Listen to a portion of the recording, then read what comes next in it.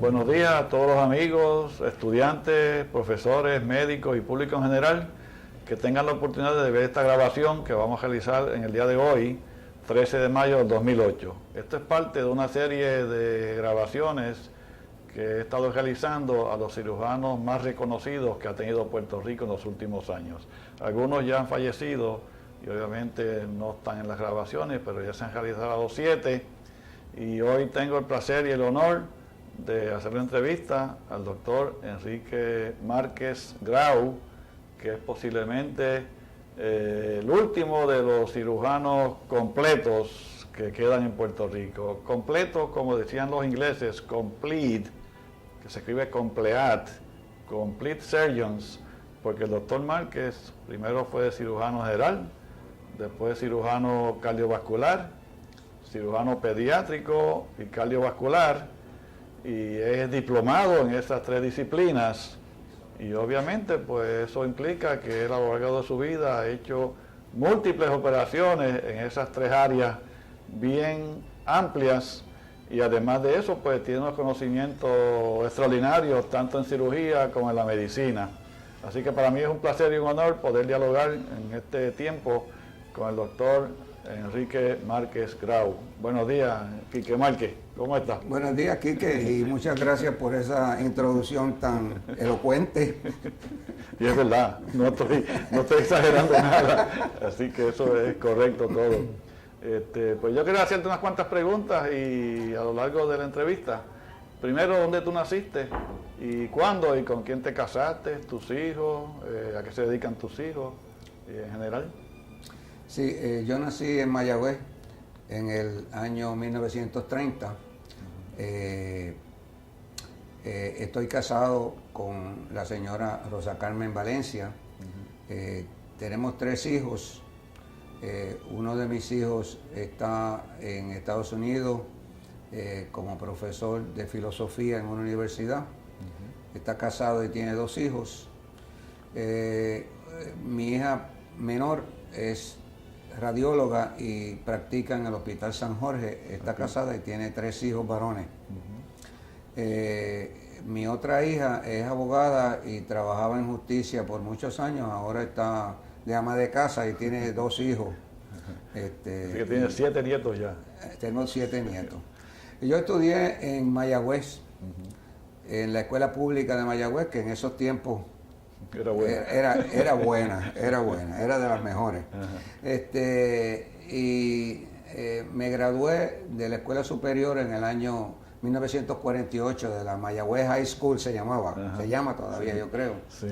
Y de ahí pasé al Colegio de Agricultura y Artes Mecánicas, ahora recinto de Mayagüez de la Universidad de Puerto Rico, donde me gradué de un bachillerato en ciencias en 3 años.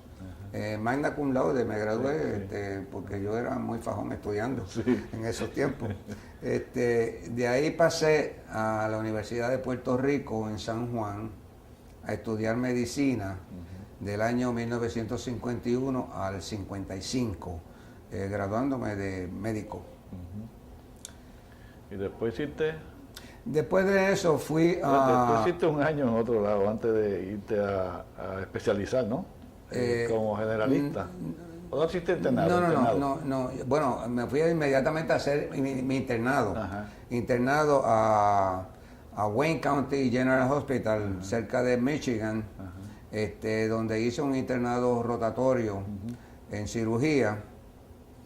Y después de eso regresé a Mayagüez con la intención de quedarme allí como médico de familia. Estuve un tiempo allí en Mayagüez trabajando en el Hospital Municipal de Mayagüez y en uno de los hospitales privados allí de ayudante del director médico. Y ese mismo año más tarde pasé al Hospital Tricoche de Ponce. La calle Unión de Ponce. Sí, y aunque parezca increíble, esto es el año 56.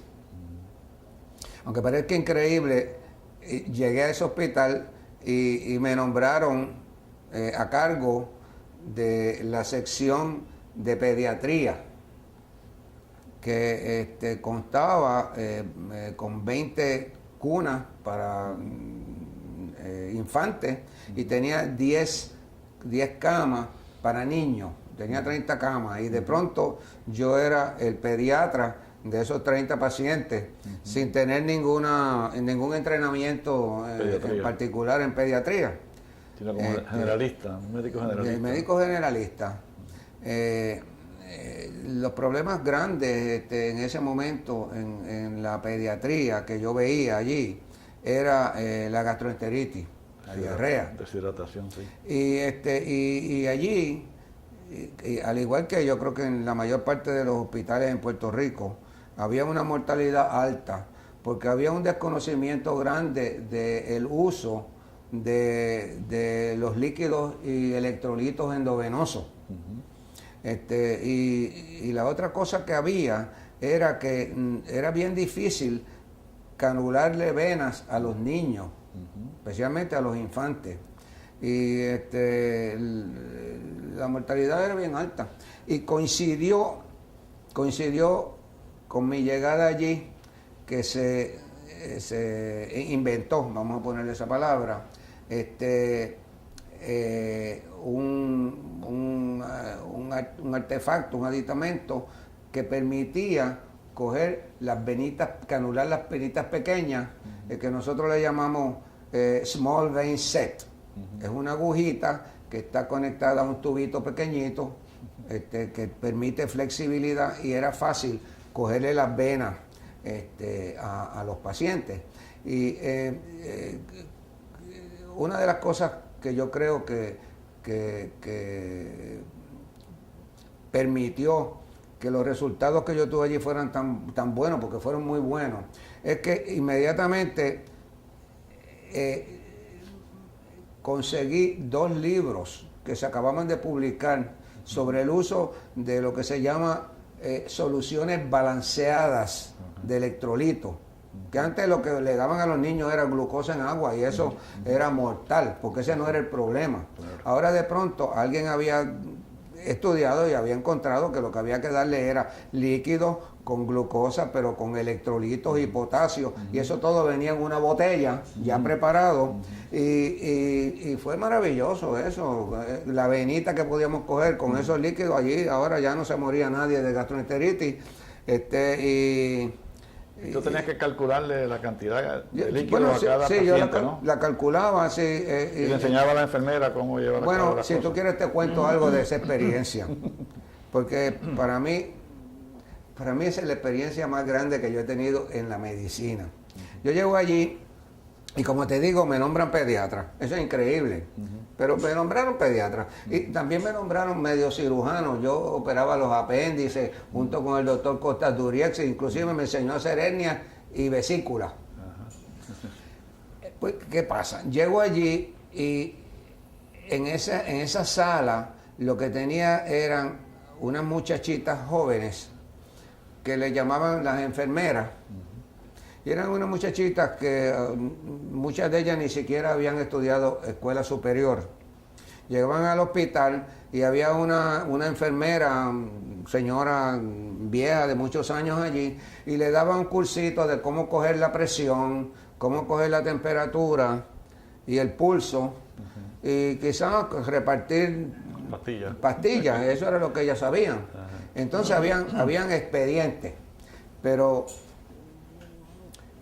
yo tenía 30 pacientes, habían 30 expedientes, unas enfermeras sin ningún conocimiento de la medicina, nada. Entonces yo, normalmente en un hospital tú llegas y abres el expediente y escribes en la página de órdenes, pues yo quiero que le den esto a tal hora y yo no sé qué, que esta dosis. Bueno, pero eso me pareció a mí como que eso no iba a funcionar bien. 30 pacientes con esas nenas allí, no. Entonces se me ocurrió lo siguiente. Fui y compré un panel de madera y plástico de 4 pies por 8, y lo dividí en un lado las 30 camas y en el otro lado las 24 horas del día. Y yo llegaba por la mañana, y eso lo puse en una pared. Yo llegaba por la mañana y ponía en la cama 1 a las 8 de la mañana le dan esto. En la cama 2 a las 8 de la mañana esto.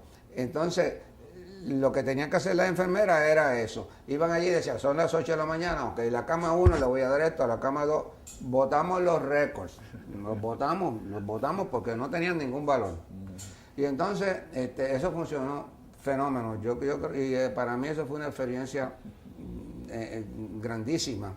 Y entonces, yo no tenía cuando llegué allí ninguna ambición de ser cirujano pediátrico, ni pediatra, ni cirujano, de hecho, ni cirujano. No pensaba que yo quería hacer eso. De hecho, cuando terminé mi internado, una cosa curiosa, solicité para radiología en San Juan y por alguna razón u otra, la solicitud mía se perdió en el camino. Nunca llegó, nunca me contestaron y yo dije, bueno, pues fue que no me querían y resultó que fue que no llegó. Y bueno, y ahora sería radiólogo, me imagino, pero no fue así. En ese tiempo pues me interesé en la pediatría y me interesé en la cirugía con el doctor Costa Duriex, el famoso doctor Costa Duriex. Ese fue el doctor que hizo el primer PDA en el primer PDA. Ese doctor se entrenó en Estados Unidos, no recuerdo en qué universidad, y tampoco recuerdo dónde estudió su cirugía, pero hizo cirugía torácica en Argentina con los Finoquieto, los inventores del separador de pecho famoso. Eran cirujanos, eran creo que 2 hermanos, cirujanos muy famosos en Argentina. De origen italiano, ¿no? Eran, sí, italianos, argentinos e italianos. Sí. Bueno, ¿de ahí dónde pasaste? De ahí, coche, ¿dónde fuiste? De ahí, sí, de ahí pasé al hospital Tricoche, en Ponce. Ajá. Perdóname, era el hospital Tricoche. De ahí, cuando salí de ahí, pasé a Public Health Service en San Juan. Sí, sí. Eso es curioso también, porque recibo una carta del ejército, esa carta notificándome que pronto me iban a llamar para las Fuerzas Armadas. Y yo, pues, como que no tenía mucho deseo, yo soy muy pacifista, no tenía deseo de ir al ejército a pelear con nadie. Entonces, en San Juan había una rama del US Public Health Service. Y entonces fui allí y solicité a esa rama. Y curiosamente, me contestaron de que me podían dar un sitio en Flat Rock, New Mexico, Indian Hospital. Yo dije, ¿qué es eso? Flat Rock, New Mexico, Indian Hospital. Entonces, curiosamente, pude hacer una llamada telefónica a ese sitio y comunicarme con el médico que estaba allí. Era un americano que estaba allí, y yo le dije, mira, me quieren asignar a ese hospital, parece que tú estás terminando. Y me dice, bueno, me dijo, mira, yo no te recomiendo que vengas para acá. Y yo dije, anda, para el diablo. Entonces, pues yo le escribí a Public Health Service y dije, mire, a mí el ejército me quiere llamar. Yo estoy dispuesto a aceptar un nombramiento en San Juan, en la clínica que ustedes tienen allí. Y afortunadamente, o como sea, me asignaron a ese sitio allí. Allí estuve 2 años y un poquito más, y terminé como para el 60, y inmediatamente empecé una residencia en Bayamón, en el hospital de Bayamón, que era lo que es ahora el hospital universitario. Y hiciste un año de cirugía. Un año de cirugía. Sí, pero curiosamente lo que sucede es que de pronto habían 2 programas de residencia en San Juan. Estaba el hospital de la Escuela de Medicina. Ajá, municipal acá en Santurce. Estaba en la Parada 22. Ajá. La Parada 22. Y esa era una residencia de 4 años. La residencia del municipal de Bayamón era una residencia de 3 años.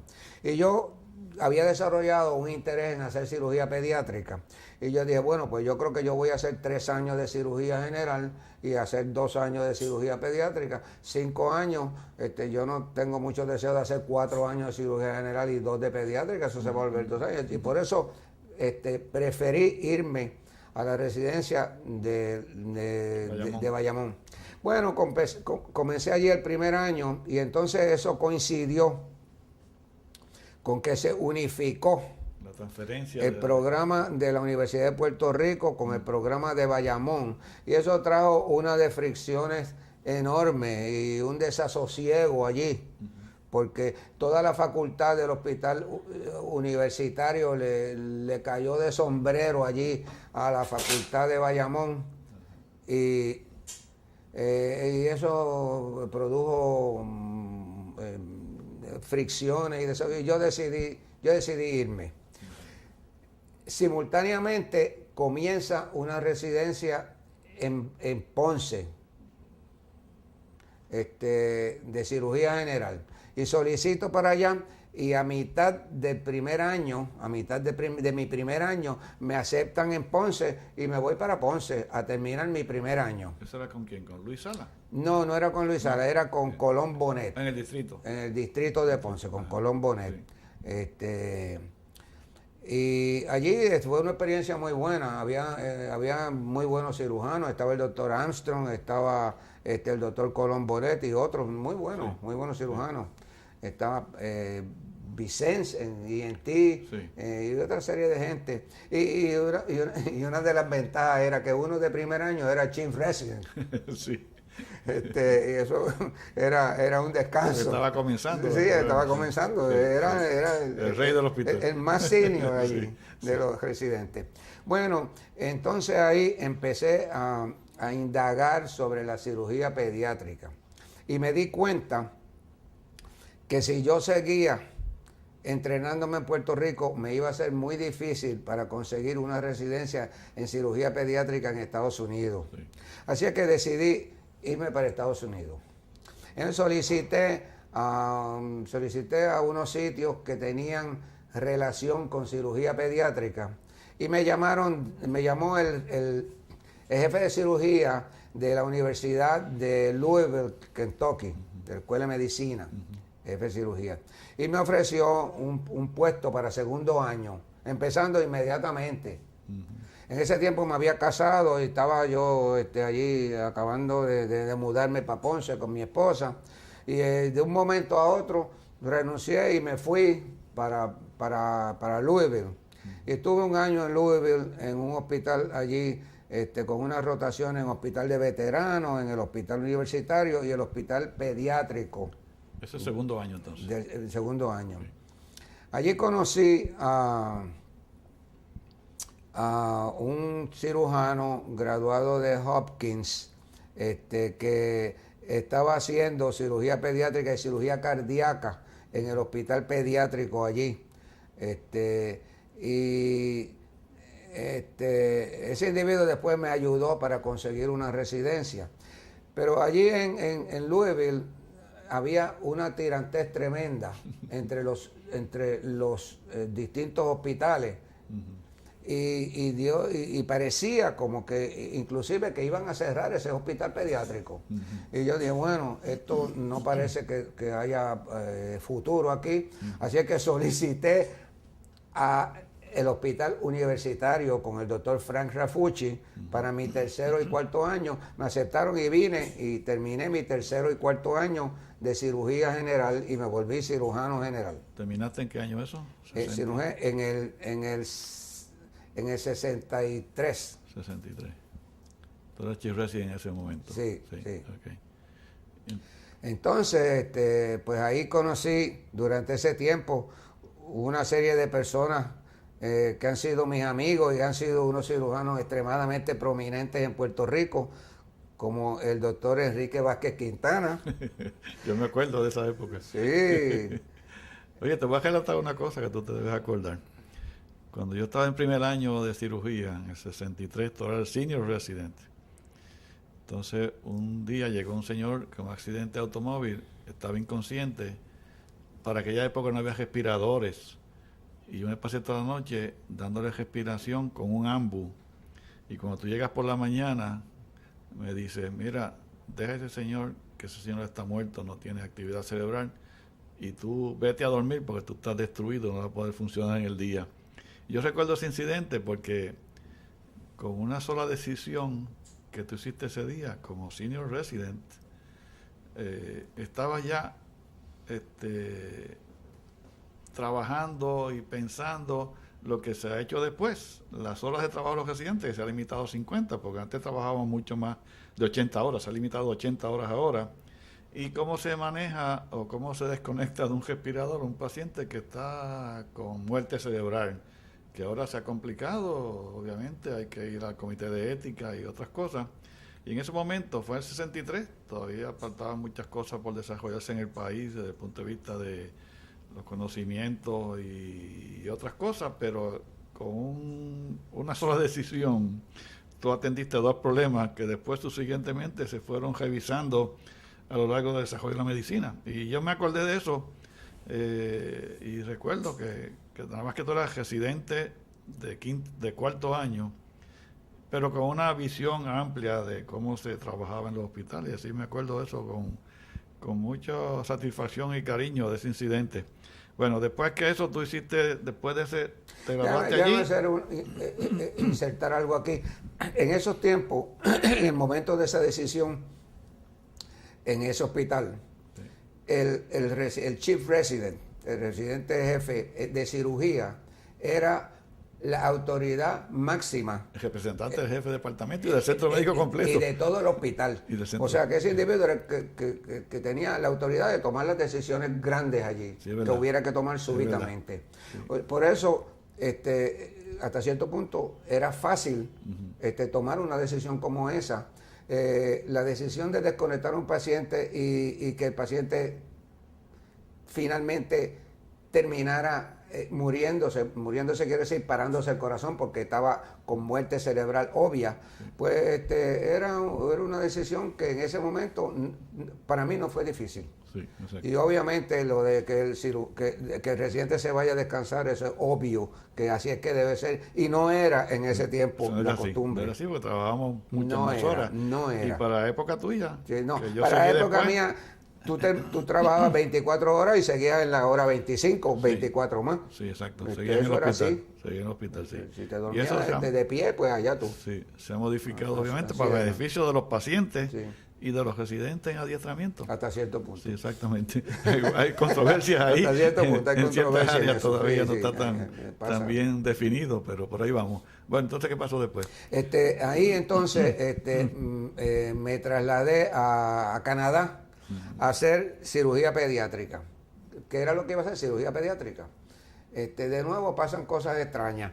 El jefe de cirugía del hospital pediátrico de donde yo estaba en Canadá era también el jefe de cirugía de la escuela de medicina. Y ese individuo había sido discípulo del doctor Robert Gross, el cirujano más prominente pediátrico y cardíaco que dio los Estados Unidos y que comenzó todo el asunto en el Boston Children's Hospital.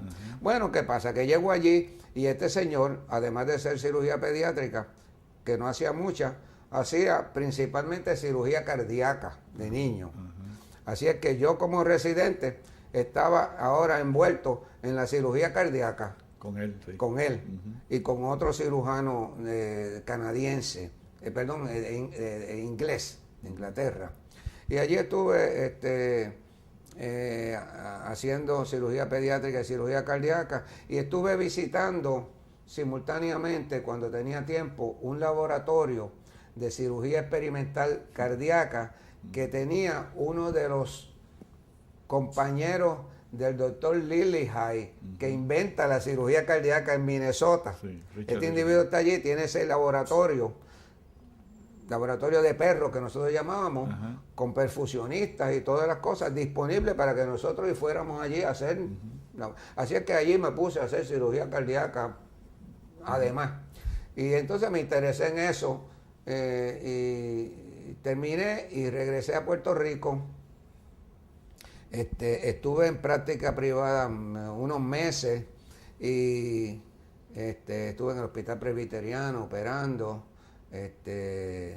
Establecí con mi hermana, que es tecnóloga médica, un banco de sangre, el Ashford Blood Bank se llamaba. Y entonces ahí me ingresé a la facultad de cirugía de la Escuela de Medicina con el doctor Rafucci. Perdón, antes de eso ingresé a la facultad del Hospital Municipal de San Juan. Sí. Un pariente de mi esposa me hizo unos trámites allí para que me dieran un pequeño part-time bien pequeñito. ¿Ya estaba en el centro médico? No, estaba en el hospital viejo la Parada 22. La Parada 22. Allí estuve, yo creo que estuve quizás como un año. Y te voy a decir una cosa, esa es otra anécdota.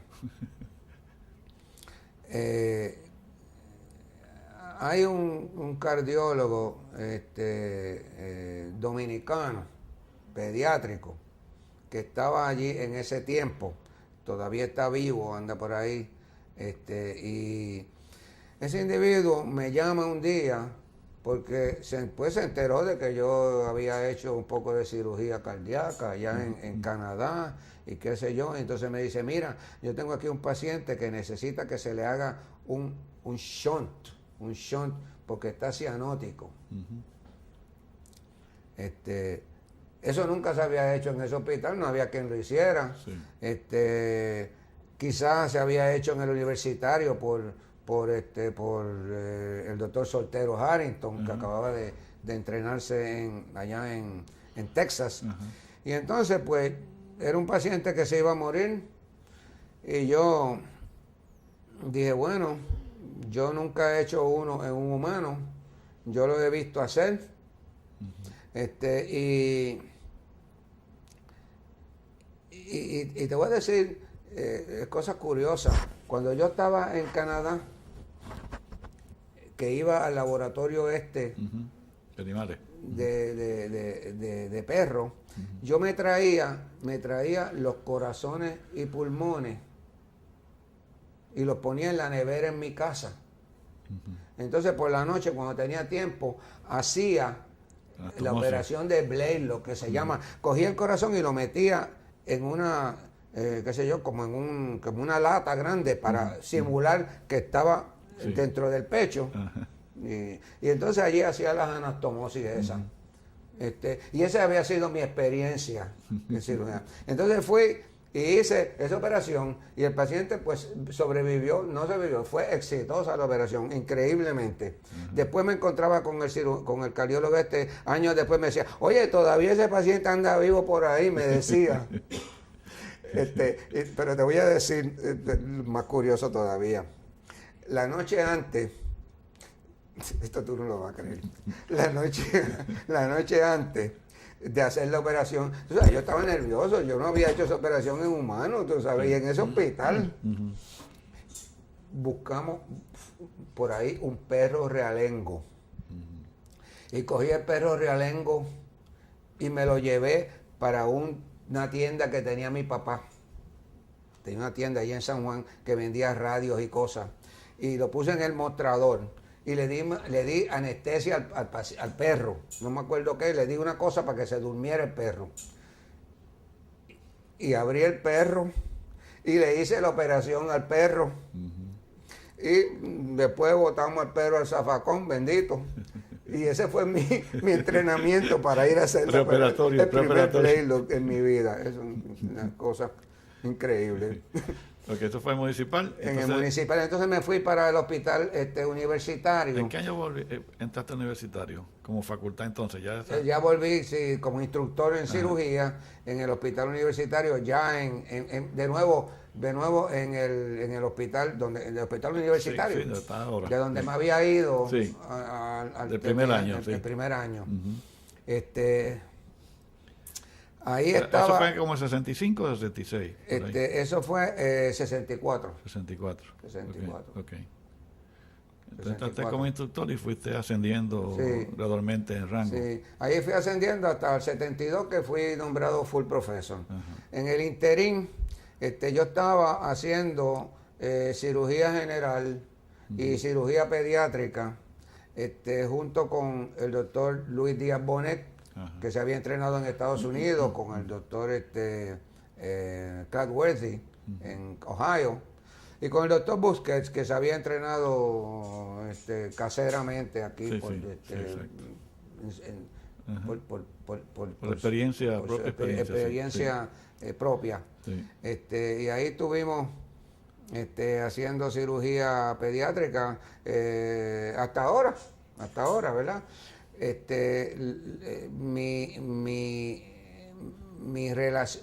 De nuevo, mi interés en la cirugía cardíaca comienza con mis 2 años de residencia en el universitario, ayudando al doctor Soltero Harrington a hacer cirugía. Hacíamos defectos interatriales, defectos interventriculares. No sé si hacíamos tetralogía de Fallot, yo creo que no. Hacíamos Blaylock. No la reparación completa. No, yo no creo que llegamos a hacer reparaciones completas. Y hacíamos Blaylock y hacíamos banding de la arteria pulmonar para exceso de flow. Eso se hicieron hicimos muchas. Y marcapasos también poner el niño. Marcapasos, ahí empezamos a poner marcapasos. El niño, sí. En términos de los marcapasos, para hacer un aside, la primera unidad que se hizo en Puerto Rico de cirugía intensiva la hizo el Hospital Presbiteriano con una donación de Mr. Levitt, el que hizo Levittown. Sí. Puso una unidad de intensivo que la dirigía Carlos Bertrán, un cardiólogo, una de las personas más inteligentes y más eficientes que yo he conocido en mi vida. Y esa unidad tenía contiguo un cuarto para poner marcapasos específicamente, con toda la parafernalia que se necesita. Es la facilidad más completa y más eficiente que yo he visto hasta ahora para poner marcapasos, incluyendo la del centro cardiovascular. ¿Está funcionando todavía? No, la cerraron. La cerraron porque durante ese tiempo hicimos yo, que era el único que estaba haciéndolo allí, hice todos los marcapasos de Puerto Rico, hice yo no sé cuántos, 1000 marcapasos, yo no sé, una cantidad enorme. Pero ¿qué pasa? A medida que se fue entrenando la gente y fue disminuyendo el número de marcapasos que llegaban allí, y entonces ya no era costo eficiente tener un cuarto completo para hacer marcapasos ocasionalmente, así es que el hospital decidió coger ese cuarto y convertirlo en un cuarto usual común de hospital. Mira, Quique, en el 64 cuando llegas a universitario, ¿Rafucci era el jefe? Rafucci era el jefe, sí. Entonces después él enferma y se retira. retira. Estuvo 64, 65. Yo creo que estuvo 66, 67. Entonces cuando se retira por enfermedad, entra Quique Olivera, interino, ¿no? Quique Olivera está interino, que ese es otro de los grandes cirujanos del tiempo cuando fuimos residentes allí. Sí, es verdad. Tremendo cirujano también. Yo recuerdo a Quique Olivera también de senior resident, él pasando visita con Rafucci. Era tan alto que se pegaba de los tubos de las cortinas de los pacientes. Mientras Rafucci hablaba y preguntaba a los residentes, a los estudiantes, y seguía con la pregunta para arriba, ¿no? Pues el último que contestaba era Quique Olivera. Si no sabía el resto de gente, ¿no? En esos tiempos, los individuos que se entrenaron en ese tiempo, han sido individuos que fueron muy prominentes en la cirugía, individuos muy disciplinados. Fue una época verdaderamente buena de la cirugía, de los residentes. Yo recuerdo, pero Rafucci era, como se dice, de los hardliners, o sea que él era bien exigente con los residentes, pero también le daba educación y enseñanza, y era bien duro con los residentes. Y yo recuerdo, y tú te acuerdas, que él pasaba y decía, él iba por la mañana al hospital, miraba los récords y después te cogía cuando tú entrabas. Dime el hematocrito de aquel paciente. Y si tú no sabías, dime el resultado de la placa de aquel otro. Y entonces te regañaba, ¿no? Y te disciplinaba, pero esa era la forma que te enseñaba. Eso ya ha cambiado, obviamente, y ya no se enseña de esa forma. Pero... Una de las razones por la cual yo he podido hacer cirugía general, torácica, pediátrica, cardíaca y todas esas cosas es porque estaba Rafucci allí. Rafucci venía de un programa de la Universidad de Minnesota que produjo los grandes profesores de los Estados Unidos. Sí, con Weinstein, que fue el que produjo todos los jefes de departamento. En ese departamento se entraba a entrenarse en cirugía. No se sabía cuándo tú ibas a terminar. Tú terminabas cuando tú sabías de todo. Eso podía tomar 5 años, 6, 7, 8 años. Sí. Y tenías que hacer investigación. Y de hecho el doctor Rafucci estuvo allí. Y el doctor Rafucci regresó con un máster en fisiología, además de su preparación en cirugía cardíaca. Y vino con la idea esa del cirujano completo, el cirujano que podía operar desde la base del cráneo hasta la uña encajada de los pies. Exacto, sí. Y a mí se me pegó esa idea, y esa idea pues no se me ha despegado, desgraciadamente. Obviamente eso es un imposible en estos momentos, eso ya es pues, del pasado. Ha aumentado tanto el cúmulo de conocimientos que nadie lo puede dominar todo. Nadie puede, nadie puede hacer toda esa residencia. Sí, exacto, sí. Eso no se puede, eso ya no se puede, ya eso no hay manera de hacer eso. Sí.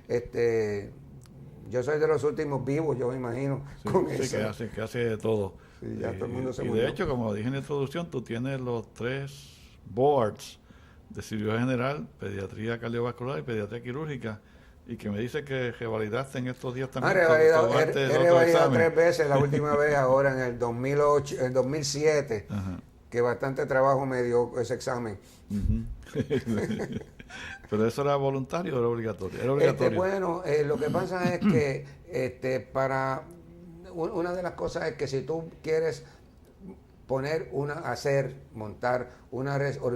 una residencia en cirugía pediátrica en un hospital universitario, tú tienes que tener unos individuos que tengan los boards en cirugía pediátrica. Claro, sí. Y yo pensé que si yo perdía los boards, se iba a perder la oportunidad de montar una residencia, si es que algún día decidíamos hacer eso. Y seguir adiestrando cirujanos pediátricos en Puerto Rico. Para los que nos vamos a retirar pronto. Claro, sí, verdad. Para sustituirlo. Y que se anticipa que tenemos un déficit ya en muchas disciplinas, cirugía general y obviamente en pediatría quirúrgica, que son pocos, siempre ha sido poco. Sí, seguro. Y que los programas de adiestramiento de Estados Unidos son limitados también, que para entrar allá es bien difícil. No se consiguen puestos para entrenarse en cirugía pediátrica en los Estados Unidos. Sí. La competencia es enorme, y la oferta de solicitantes es grandísima. Sí.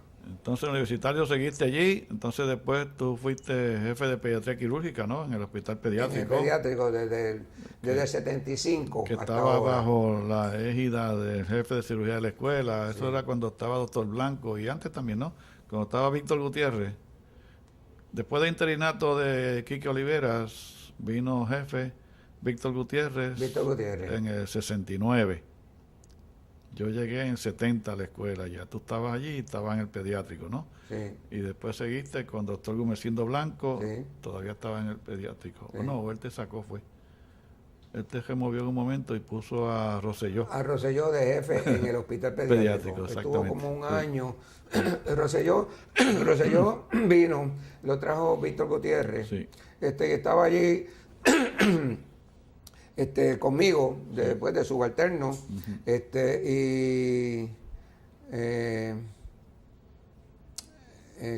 hacía su trabajo, pero tenía mucha práctica privada y yo no sé, desarrolló otros intereses y finalmente pues se fue. Se fue a estudiar Public Health y al hospital municipal, no me acuerdo. No, después fue secretario de salud de la capital en un momento también y después se metió en la política, obviamente. Y entonces tú seguiste allí y todavía estás en la escuela y en pediatría quirúrgica, en el hospital pediátrico, ahora tienes estas operaciones, ¿no? Sí, sí. Entonces al llegar de nuevo al hospital universitario a hacer cirugía general, surge que está el doctor Soltero, como cirujano cardíaco, que había hecho también cirugía pediátrica en Texas. Había estado con Cooley, el gran cirujano cardíaco, pediátrico, y de todo, de todo el corazón. Y estaba el doctor Rafucci.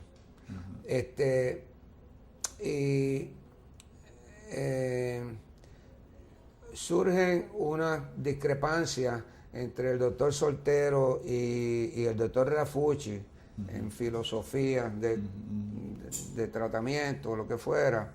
Entonces el doctor Rafucci trae al doctor Leovigildo Cuello y lo pone de director de cirugía cardíaca.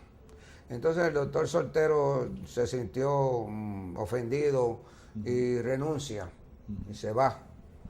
De hecho, trata de poner un programa de cirugía cardíaca 2 veces, una vez en el Presbiteriano y una vez en el hospital de Bayamón, y las 2 veces eso no prospera, no estaba listo el país para una cosa como una empresa tan grande como esa. Exacto, sí. Y entonces está el doctor Leovigildo Cuello de jefe, y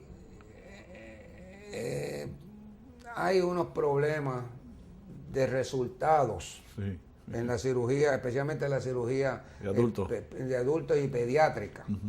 Y yo creo que surge un movimiento como que el doctor Cuello no debería de estar haciendo esa cirugía o algo así. Y el doctor Rafucci me trae a mí, con la ayuda de él, a hacer algunas de las cirugías cardíacas. Y ahí comienzo yo a hacer cirugía de corazón abierto. En adultos también. En adultos. Y algunas en niños, pero en niños ya grandes, no niños chiquitos, niños grandes. Y hacemos válvulas y hacemos otras cosas cerradas y abiertas. Y entonces en eso el doctor Cuello se va. Entonces el doctor Rafucci se enferma y quedamos, quedo yo con el doctor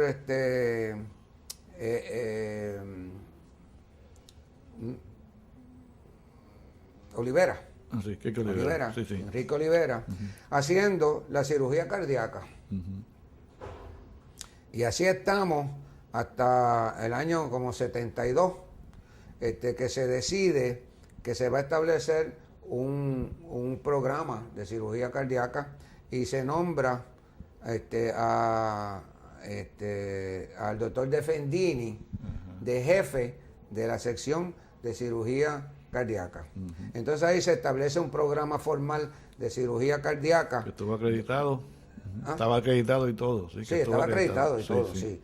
Donde termino yo de entrenarme, a mí el board me acredita 1 año por mi experiencia y mi casuística, y mis contactos previos. Y entonces el doctor Brito hace sus 2 años de cirugía cardíaca. Ambos aprobamos los boards de la primera, y en eso el programa se cerró y nunca más se ha vuelto a abrir, lo cual hasta cierto punto es bueno, porque aquí sobran como decía alguien, aquí nosotros exportamos cirujanos cardíacos. Es verdad, hay varios en Estados Unidos, hay varios, sí. Tenemos demasiado. Sí. Y todavía se siguen yendo algunos de los egresados de ahora en cirugía general. Algunos se van todavía a hacer cirugía cardiovascular en Estados Unidos. Ahora mismo terminó un muchacho el año pasado y se quedó por allá, y hay 2 entrenándose en cirugía cardíaca que yo no veo que tengan mucha probabilidad de mucho volver. Espacio para practicar acá. Regresar. Especialmente porque la cirugía cardíaca está en un proceso de disminuir, especialmente disminuir la cirugía de adultos, porque los cardiólogos están sustituyendo muchas de esas cirugías por otra metodología. Exacto.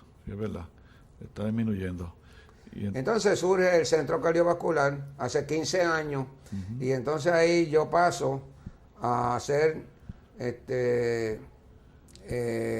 la cirugía pediátrica y alguna de adultos y en eso estoy, hago la cirugía pediátrica en el pediátrico, alguna de ellas, no muchas ya, sí, porque tenemos muchos cirujanos. Hay otros cirujanos pediátricos allí. Víctor Ortiz, Teresita. Está el doctor Víctor Ortiz, la doctora Avilés y el doctor Humberto Lugo. Sí, 3. Sí. ¿Pero tú eres jefe todavía en pediatría quirúrgica? Yo soy jefe de cirugía en el hospital todavía. Sí. Y tengo una sala allí nombrada a nombre mío, sí, que no uso mucho. Ajá, ok. Pero sigue yendo allí. Pero entonces, sigo en yendo. el Centro Cardiovascular de Puerto Rico y Caribe también estás practicando. Sí, practico principalmente en el Centro Cardiovascular. Hago la cirugía de corazón junto con otros cirujanos que mayormente opera, el doctor Sid Quintana. Sí. Y hago la cirugía torácica compleja del hospital pediátrico, la hago en el cardiovascular. Sí. Oye, en otros intereses que tú has tenido, además de la participación en la Escuela de Medicina, Universidad de Puerto Rico, Hospital Universitario, también estuviste en una escuela privada, ¿no? La Universidad Central del Caribe. La Universidad Central del Caribe, para el año 85, tenía unos problemas serios de acreditación y se iba a cerrar esa escuela. Entonces, nos reunimos un grupo de padres y organizamos un grupo y yo fui nombrado presidente de la Junta de la dirección, sí. Y estuve del 85 al 93 como director del programa de medicina, de la Escuela de Medicina de esa universidad. Esa universidad entonces logró acreditarse con facilidad y superó esa crisis. Y se ha mantenido acreditada. Y se ha mantenido acreditada. Sí. De hecho, la de Ponce también, y ahora últimamente San Juan Bautista también está acreditada, así que tenemos 4 escuelas acreditadas. Tenemos 4 escuelas, yo creo que tenemos muchas ya. Sí, y hay muchos doctores y todavía hay muchos extranjeros que vienen para acá. Digo, puertorriqueños extranjeros que quieren coger el examen. De nuevo estamos exportando montones de médicos. Sí. Contrario a los años 40 y 50 que exportábamos. Sí. Tuvimos que importar de Santo Domingo. De Santo Domingo y de otros países. Tuvimos que importar, pero ya ahora exportamos a Estados Unidos. Y Quique, tú has vivido la historia de la cirugía y de la medicina en general en varias décadas, del 50, 60 en adelante. ¿Cómo tú comparas? ¿Qué cambios tú has visto que te hayan impactado, que han cambiado radicalmente la práctica de la medicina o de la cirugía, que es lo que tú haces mayormente? Yo creo que las cosas han cambiado muchísimas cosas, pero la primera que te quiero decir, a pesar de que quizás no sea la más importante, pero es la que más me interesa, es el asunto de el incremento en las demandas de lo que se llama malpractice, que responsabilidad profesional médica. Responsabilidad médica, ¿verdad? Y eso ha producido unos efectos tan grandes que son los siguientes. Primero, ha incrementado los costos de la medicina enormemente porque los médicos practican la medicina defensiva ahora. Se le hace una serie de pruebas a los pacientes que no voy a decir que sean innecesarias exactamente, pero que muchas veces son redundantes. No ayudan realmente al tratamiento. Y eso produce mucho. Se prolongan los tratamientos. Los médicos se retiran prematuramente. Los médicos tienen unos sufrimientos enormes por el miedo a esas demandas tan horrendas que son. Hay una serie de individuos que se dedican exclusivamente, tanto abogados como médicos, a unirse para demandar a los médicos aun cuando no haya prácticamente ninguna evidencia de que se haya cometido una mala práctica. Esa ha sido una. La otra cosa que ha surgido es el aumento enorme en burocracia. Hay una burocracia tan grande en los hospitales que los médicos están limitados en sus capacidades de hacer cosas.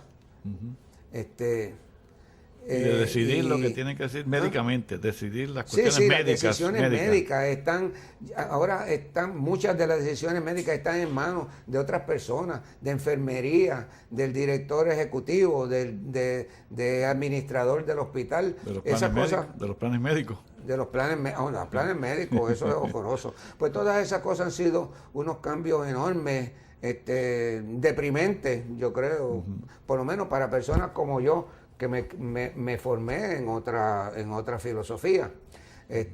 Los que vienen ahora, pues quizás no sienten eso tanto, porque se van formando junto con todas esas influencias encima de ellos y las van aceptando, poco a poco, aunque sean detrimentales, y son detrimentales.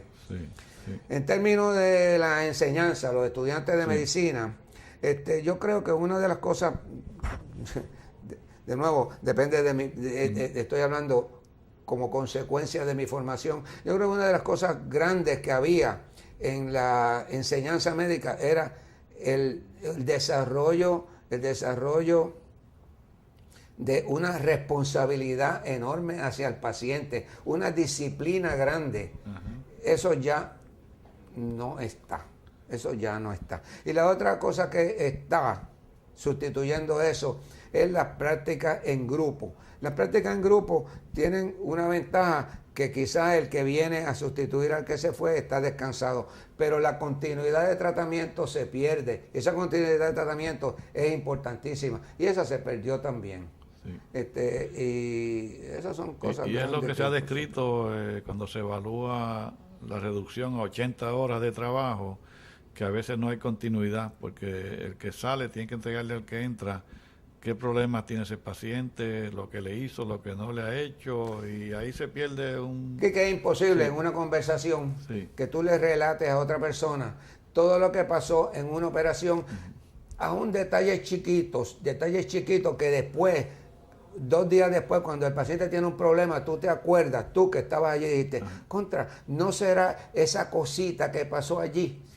Pero eso tú no se lo dices al otro individuo, y que porque tampoco está en descrito. ese momento para ti no fue importante, es a posteriori que tú dices, oye, ¿no será eso? Sí, es verdad. Eso ocurre. Eso se pierde. Eso ocurre. Pues todavía se están evaluando y hay muchísimos estudios de que si esa reducción en 80 horas, supuestamente para los residentes, es buena, porque tienen tiempo, están descansados, pueden estudiar y realizar propiamente las labores médicas, no las de camillero y escolta que en el pasado se le exigía a los muchachos, ¿no? Y buscar placas y hacer esto y lo otro, o laboratorio. Pero todavía ese aspecto de continuidad, y lo que ha pasado en algunos programas es que los attendings jóvenes tienen que asumir esa responsabilidad en la continuidad. Eso se está describiendo, que los que entran de facultad joven, dice, pues los residentes tienen que descansar y qué sé yo cuánto, pero entonces ellos están trabajando más. Cuando se le limiten las horas a eso también, seguirá el problema más arriba. Exacto, ahora. Sí, porque se va a transmitir. Porque hay ese movimiento, ¿no? Más adelante, sí. Y bueno, pero esos son los problemas que han ocurrido. Por otro lado, la medicina ha progresado enormemente en tratamientos, en técnicas operatorias, operaciones nuevas. Y todas estas cosas. Yo creo que la electrónica ha producido unas maneras de diagnosticar a los pacientes de una manera tan efectiva que ya ahora, y que me perdone algunos de los internistas compulsivos por el examen físico, que se ha vuelto en muchos casos irrelevante el examen físico. El CT, el MRI, que te compren cantito. Porque tú estás viendo el paciente por dentro, ¿para qué lo vas a tocar con las manos? En una serie de cosas. José Eugenio López debe de estar destruido con esta nueva tecnología, ¿verdad? Sí. Sí, es verdad, porque ha habido cambios bien dramáticos, bien dramáticos.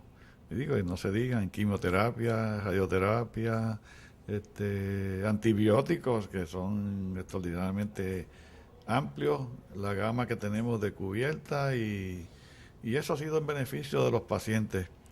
Y yo me pregunto, que tenemos una sociedad donde el tratamiento médico es el mejor que se ha ofrecido en esta época y no en otras épocas. Sin embargo, el problema de responsabilidad profesional médica es más fuerte y más agudo al presente que en el pasado. Así que una contradicción ahí, ¿no? De cómo, si ofrecemos los mejores servicios, todavía hay mucha insatisfacción, y quizás es la cuestión del dinero.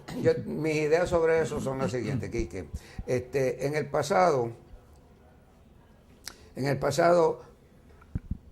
los médicos le transmitieron a los pacientes que tenían todas las contestaciones, que sabían todo lo que había que saber, que podían resolver todos los problemas. Sí.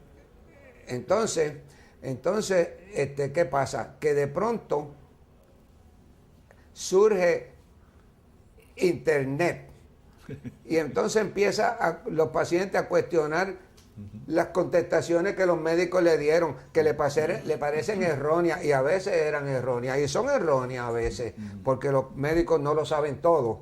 Entonces ya empieza a levantarse una duda sobre las capacidades de los médicos. Y la otra cosa, y viene junto con eso, esa adoración que había con los médicos, adulación, todo eso desapareció. Ahora los médicos son como cualquier mecánico de carro, tú sabes, que te daña el carro, tú sabes.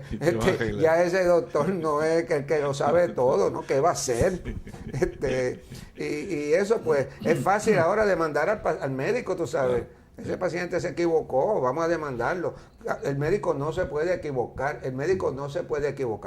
Y eso es pues, obviamente erróneo, porque el médico, igual que todo el mundo, se equivoca. Claro, y el médico no lo sabe todo. Y vamos a hacer errores. Y desgraciadamente, pues, está cargando con ese lastre terrible de que lo tiene que saber todo.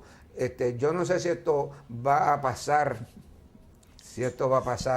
Y tú sabes, va a disminuirse esta cosa. Gradualmente, posiblemente. Sí, yo creo, porque eso ha sido una epidemia horrorosa. Bien, Quique, se nos acaba el tiempo. Gracias por haber estado aquí conmigo este día, y espero que esto sea de provecho para las personas que quieran conocer quién fue Enrique Márquez en Puerto Rico en los últimos años. Muchas gracias por venir.